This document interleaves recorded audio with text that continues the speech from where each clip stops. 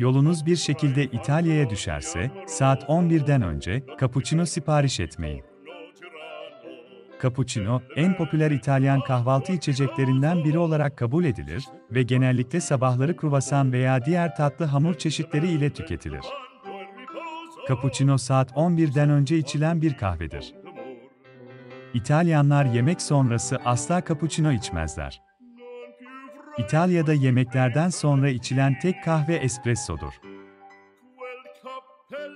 Balık veya deniz ürünleri içeren makarnanın üzerine peynir koymayın. İtalya'da bu suç neredeyse vatana ihanetle aynı seviyededir.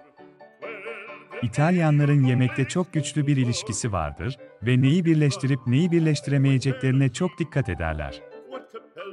Bu kombinasyon, kesinlikle yapılmaması gereken bir kombinasyondur.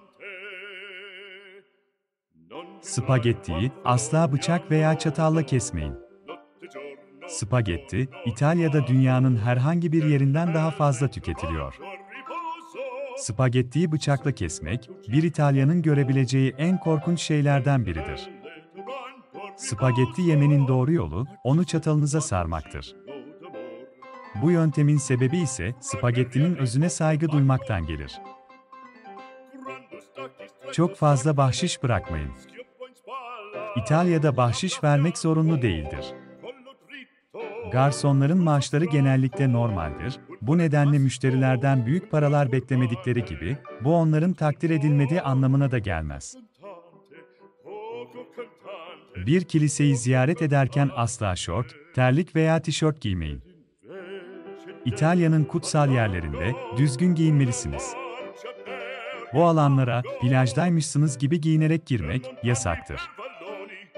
Bir erkek için kiliseye şapkayla gitmek bile uygunsuz kabul edilir. Her yerde İngilizce konuşabileceğinizi düşünmeyin. Ne yazık ki, İtalya'da İngilizce yaygın olarak konuşulmuyor. Ünlü turistik şehirleri ziyaret etmekte pek sorun yaşamazsınız, ancak ülkenin geri kalanında durum farklıdır.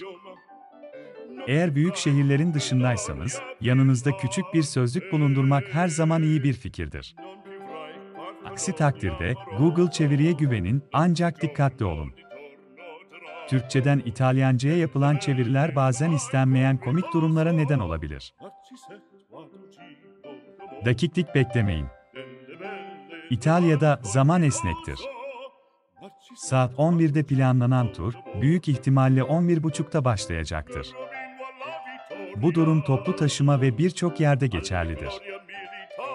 Birçok mağaza ve tesis, öğlen saatlerinde ve haftada en az 2 gün tam olarak kapanır. Her zaman ziyaret etmek istediğiniz veya yemek yemek istediğiniz yerin açık olup olmadığını önceden kontrol edin. İtalyanlar mafya babası değildir. Çoğu İtalyan, bunu konuşmakta sorun yaşamaz. Ancak, hepsinin suç ve yolsuzlukla ilgili olduğunu düşünmek, onlar için oldukça can sıkıcıdır. Bir yabancının gözünde ülke imajına, genellikle birçok asılsız klişe eşlik eder. Ön yargılar her zaman olacaktır ama karşınızdaki İtalyanı asılsızca kızdırmayın. Amerikan filmlerindeki gibi, taksiye bağırmayın. İtalya'da Amerikan filmlerinde gördüğümüz gibi, sokakta taksi durduramazsınız. Telefon veya uygulamayla aramanız ya da duraklara gidip beklemeniz gerekiyor. Taksi şoförü ise, yolda dümdüz yürümek yerine kıpırdanan birini görürse, yanaşarak size bu ulaşım aracını kullanmanın doğru yolunu gösterebilir. İtalya'yı ziyaret ettiyseniz, fikirlerinizi yorumlar kısmında bizimle paylaşabilirsiniz.